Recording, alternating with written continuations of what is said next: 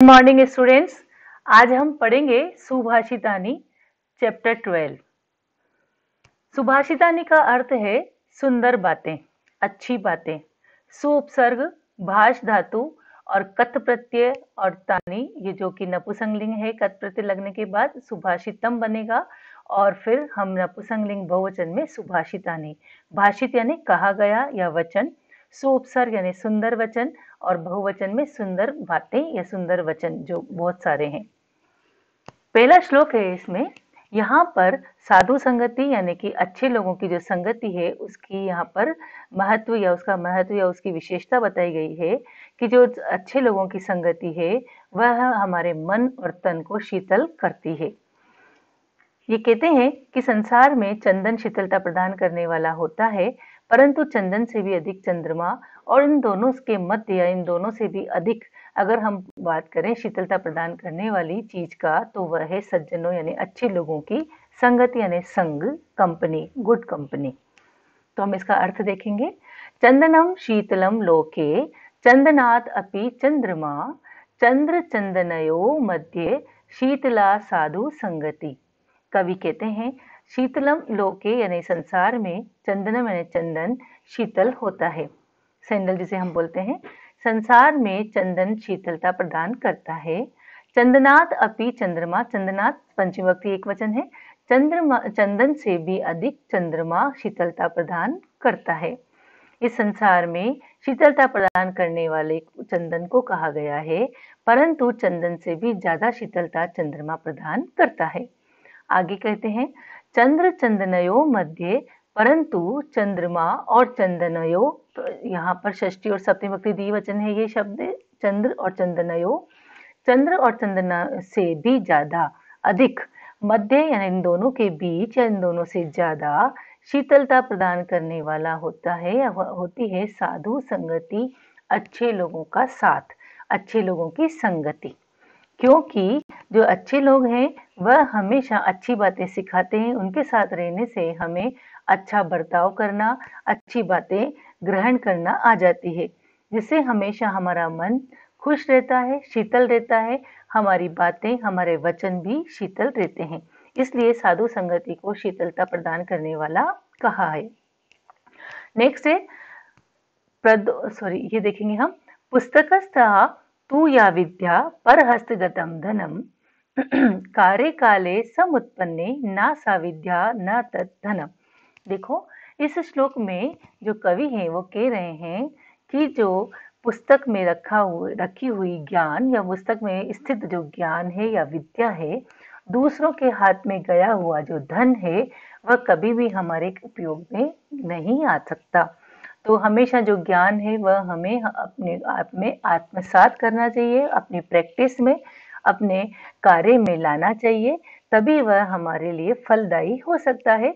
उसी प्रकार परहस्तगतम धनम, जो दूसरा अगर हमारा धन होते हुए भी अगर वह हमारे हाथ से दूसरे के हाथ में चला गया तो वह धन भी समय आने पर कभी भी हमारे लिए उपयोगी सिद्ध नहीं होता। तो अगर हमारे पास धन है तो हमें दूसरों के हाथ में नहीं देना चाहिए। शब्दार्थ से द्वारा हम इसे समझेंगे। पुस्तकस्था तू या विद्या ने यानी जो विद्या पुस्तकस्था पुस्तकों में स्थित होती है, या विद्या जो विद्या पुस्तकों में स्थित होती है, तो परहस्तगतम धनम, पर यानी दूसरों के हस्त यानी हाथ में, गत यानी गया हुआ जो धन होता है, दूसरों के हाथ में गया हुआ धन और पुस्तकों में स्थित जो विद्या या ज्ञान है वह कार्य काले समुत्पन्ने, कार्य काले यानी समय आने पर, काले यानी समय में, कार्य यानी जरूरत पड़ने पर, समय आने पर, जरूरत पड़ने पर, समुत्पन्न होने पर न सा विद्या न तद धनम, न तो वह विद्या है यानी कि न तो वह ज्ञान हमारे काम में आता है और न ही वह धन हमारे लिए उपयोगी हो सकता है। कहने का मतलब है जो पुस्तकों में जो स्थित ज्ञान है वह हमारे लिए उपयोगी नहीं हो सकता, वह तभी उपयोगी होगा जब हम उस विद्या को आत्मसात कर लें, अपनी प्रैक्टिस में, अपने जीवन में उतार लें। इसी प्रकार दूसरों के हाथ में गया हुआ जो धन है वह कभी भी हमारे लिए उपयोगी नहीं हो सकता जब तक वह हमारे हाथ में ना हो। तो अपने हाथ में रखा हुआ धन ही और अपने जीवन में उतारा हुआ ज्ञान ही हमें फलदायी हो सकता है। कार्यकाले समुत्पन्न से तात्पर्य है कार्यकाल यानी समय आने पर, काल यानी समय, कार्य यानी काम पड़ने पर। जब जरूरत के समय काम पड़ने पर, समुत्पन्न उत्पन्न होने पर, परिस्थितियां उत्पन्न होने पर, समय आने पर, जब जरूरत के समय जरूरत पड़ने पर न सविद्या न तत्धनम, न तो वह वास्तव में विद्या है, न तो वह ज्ञान हमारे लिए उपयोगी है और न ही वह धन हमारे लिए उपयोगी है। तो कहने का तात्पर्य है हमें ज्ञान को हमेशा आत्मसात करना चाहिए और उसी प्रकार से हमें अपने धन को अपने हाथ में ही रखना चाहिए। नेक्स्ट देखेंगे, प्रदोषे दीपकः चंद्रः प्रभाते दीपकः रवि, त्रैलोक्ये दीपकः धर्म, सुपुत्र कुल दीपकः। यहाँ पर कहते हैं कि प्रदोष यानी संध्या के समय, प्रदोषे संध्या समय होने पर, सप्तविभक्ति एक वचन है। दीपक जो दीपक यानी रोशनी प्रकाश फैलाने वाला चंद्रमा होता है। प्रदोष के समय, संध्या के समय जब सूर्य अस्त हो जाता है तो इस संसार को दीपक यानी रोशनी देने वाला, दीप प्रज्वलित करने वाला दीपक के समान चंद्रमा होता है। चंद्रमा ही हमें रास्ता दिखाता है। आज के समय की बात नहीं कर रहे हैं कवि, यहाँ पर उस समय की बात कर रहे हैं जब हमारे पास कृत्रिम साधन नहीं थे उजाले के लिए, प्रकाश के लिए। तब की बात कहते हैं कवि कि प्रदोष होने पर संध्या के समय जो दीपक है वह चंद्रमा है। प्रभाते दीपक रवि, और प्रभात यानी सूर्य उदय होने, प्रभात यानी सुबह, प्रभा का समय, जब सुबह सुबह सूर्य उदय होने से पहले की बात कर रहे हैं। सूर्य उदय होने पर जो दीपक है वह रवि है, रवि यानी सूर्य है। जब सूर्य उदय होता है या सुबह जो प्रातः काल है उस समय रोशनी फैलाने वाला रवि होता है यानी सूर्य होता है। प्रदोष के समय जो रोशनी फैलाता है वह चंद्रमा होता है या वह दीपक है। प्रदोष में, प्रदोष के काल में, प्रदोष के समय में चंद्रमा ही दीपक होता है। प्रभाते सूर्य उदय होने पर दीपक जो है वह रवि होता है यानी सूर्य स्वयं होता है। त्रैलोक के दीपक का धर्म, और इन तीनों लोकों में जो तीन लोग बताए गए हैं उन तीनों लोकों में जो दीपक है वह धर्म है यानी उजाला देने वाला धर्म है। ये कहा जाता है कि धर्म और दया का मूल ही, जो दया का मूल ही धर्म है। मगर कहने का मतलब है कि तीनों लोगों को रोशन करने वाला, हमारे तीनों लोगों को उज्जवल बनाने वाला, तीनों लोगों के दर्शन कराने वाला धर्म ही है। अगर हम परोपकार करते हैं, धर्म करते हैं और अच्छे कार्य करते हैं तो हमें तीनों लोकों में सुख और समृद्धि मिलती है। इसलिए कहा तीनों लोकों का दीपक धर्म है। सुपुत्र कुल दीपक, किंतु जो सुपुत्र है यानी अच्छा पुत्र है, जो माता पिता की सेवा करता है, माता पिता को सुख देता है, वह तो इस वंश का दीपक होता है। जो कुल दीपक है वह कौन कहा गया है? वंश का दीपक कौन है? सुपुत्र, अच्छा पुत्र ही वंश का दीपक होता है। कहने का मतलब ये है कि संध्या के समय जो रोशनी प्रदान करता है वह चंद्रमा है, इसलिए प्रदोष के समय को समय जो दीपक है वह चंद्रमा। प्रभात के समय रोशनी प्रदान करता सूर्य है, इसलिए उसे प्रभात का दीपक कहा गया।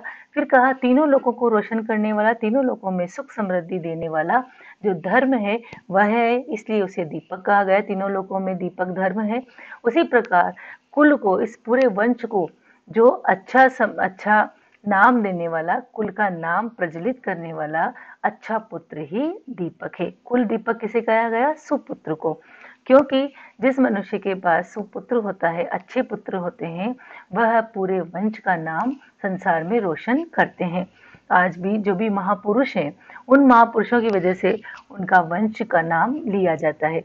इसलिए कहा कि जो अच्छा पुत्र होता है पूरे वंश का दीपक होता है, पूरे वंश को नाम रोशन करता है या उनको संसार में एक नाम दिलाता है। तो प्रदोष का दीपक चंद्रमा, प्रभात का दीपक सूर्य, तीनों लोगों को दिखाने वाला धर्म, और कुल का दीपक यानी वंश को प्रदीप्त करने वाला सुपुत्र यानी अच्छा पुत्र होता है। नेक्स्ट है, भूमे गर्यसी माता स्वर्गात उच्चतरः पिता, जननी जन्मभूमिश्च स्वर्गादपि गर्यसी। यहाँ पर कवि कहते हैं कि जो धरती है उससे अधिक श्रेष्ठ माता होती है। क्योंकि माँ हमें जन्म देती है ना। भूमि तो हमें पूरे जीवन भर, जन्म होने के बाद हमें धरती हमें अन्न देती है। हमारी सुख सुविधाएं जो भी हम यहाँ पर अपनी आपूर्ति करते हैं वो भूमि के कारण ही कर सकते हैं। इसलिए भूमि श्रेष्ठ है, पर भूमि से भी अधिक श्रेष्ठ हमारी माता है, जो कि हमें धरती पर जन्म देती है, धरती पर चलने जितना लायक बनाती है। फिर कहते हैं कि स्वर्गात उच्चतर पिता, सबसे उच्च लोकों में जितने भी हम हिंदू संस्कृति में लोक माने जाते हैं, उसमें श्रेष्ठ जो लोक है उसे स्वर्ग कहा गया है। परंतु कवि कहते हैं कि स्वर्ग से भी उच्च जो श्रेष्ठ है वह है पिता है। हमारे जो पिता हैं, जो जन्मदाता हैं, वह हम स्वर्ग से भी जो उच्चतर लोक हैं, उच्च से भी उच्च जो ऊंचे लोक हैं, श्रेष्ठ लोक हैं, उनसे भी अधिक पिता श्रेष्ठ माने जाते हैं। परंतु फिर आगे जो कवि हैं वो कहते हैं कि जो जननी जन्मभूमि स्वर्गादपि गरीयसी, जो जननी यानी माँ और जन्मभूमि यानी जो जन्मभूमि है, जिस जन्मभूमि पर हमारा जन्म हुआ वह स्वर्ग से भी अधिक श्रेष्ठ है। तो कहने का तात्पर्य ये है कि कवि की दृष्टिकोण से माँ और मातृभूमि सबसे अधिक श्रेष्ठ है। उसकी हमें हमेशा महत्व समझना चाहिए और उनका आदर हमेशा करना चाहिए।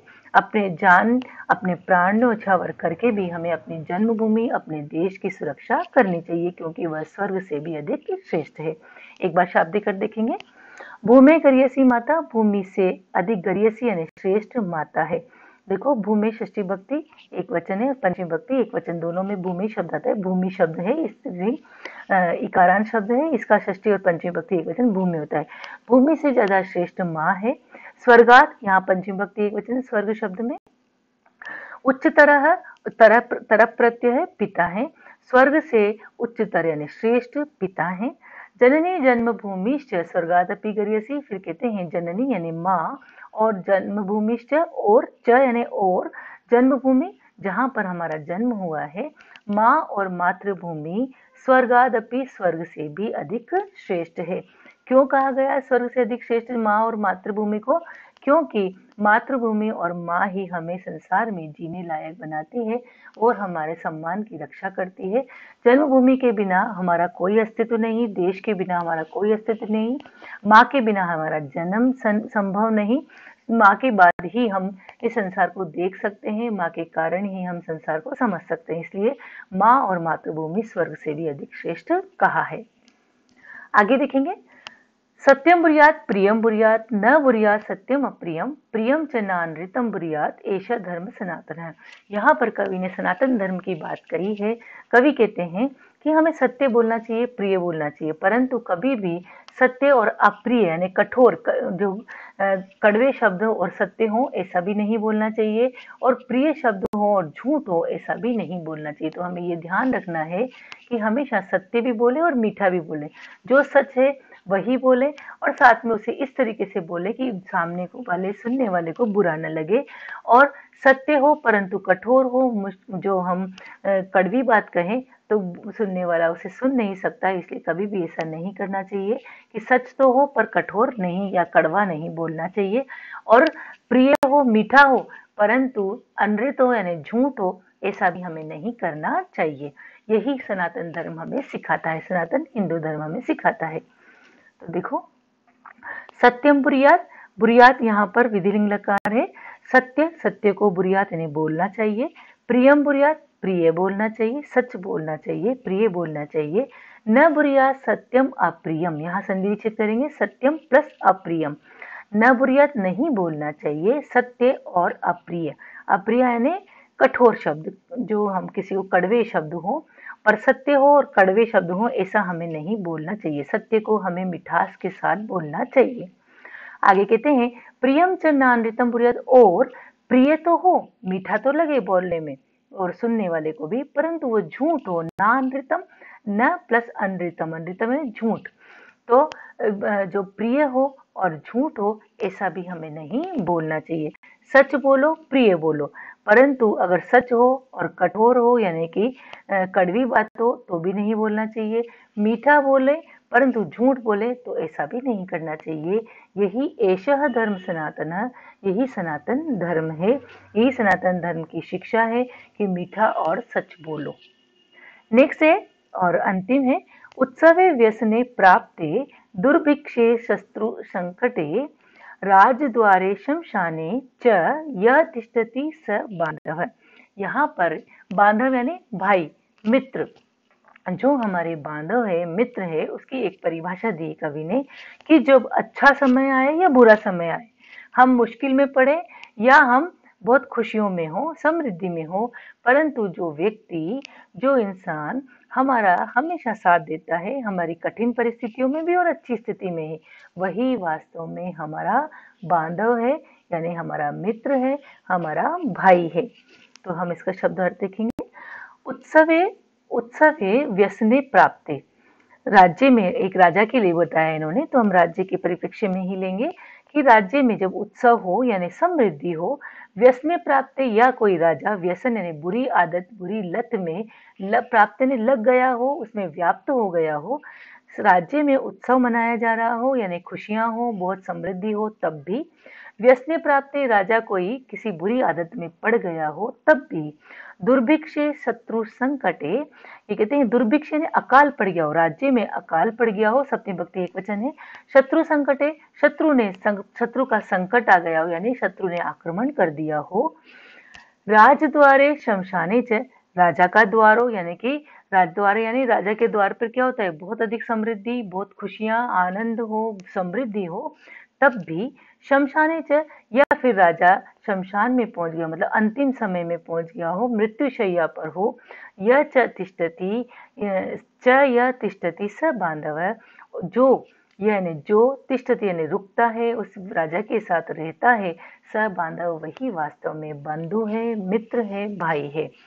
कौन बताया, क्या परिभाषा बताई कवि ने, एक बार फिर देखेंगे। वह कहते हैं कि जो राजा के साथ ऐसा व्यक्ति जो तिष्ठति यानी रुकता है, ठहरता है, रहता है, उत्सवे व्यसने प्राप्ते, राजा के उत्सव में, राजा की खुशियों में, राजा की बुरी आदतों में, बुरी आदत हो जाने पर भी, दुर्भिक्षे शत्रु संकटे, राजा किसी अकाल में, जब राज्य पर अकाल पड़ जाए तब भी, या राजा किसी शत्रु के संकट में पड़ जाए यानी शत्रु उस पर आक्रमण कर दे फिर भी, राजद्वारे शमशाने च, उसी प्रकार राजा के द्वार पर भी, अर्थात राजद्वार यानी जब बहुत अधिक समृद्धि हो, चारों तरफ शासन सुशासन में बदल चुका हो, तब भी शमशाने च यानी और शमशाने, जब राजा शमशान में अंतिम स्थिति में पहुंच गया हो, तो जो यह तिष्ठति, इन सब परिस्थितियों में जो व्यक्ति तिष्ठति, उस व्यक्ति उस राजा के साथ रहता है, स बांधव, वही वास्तव में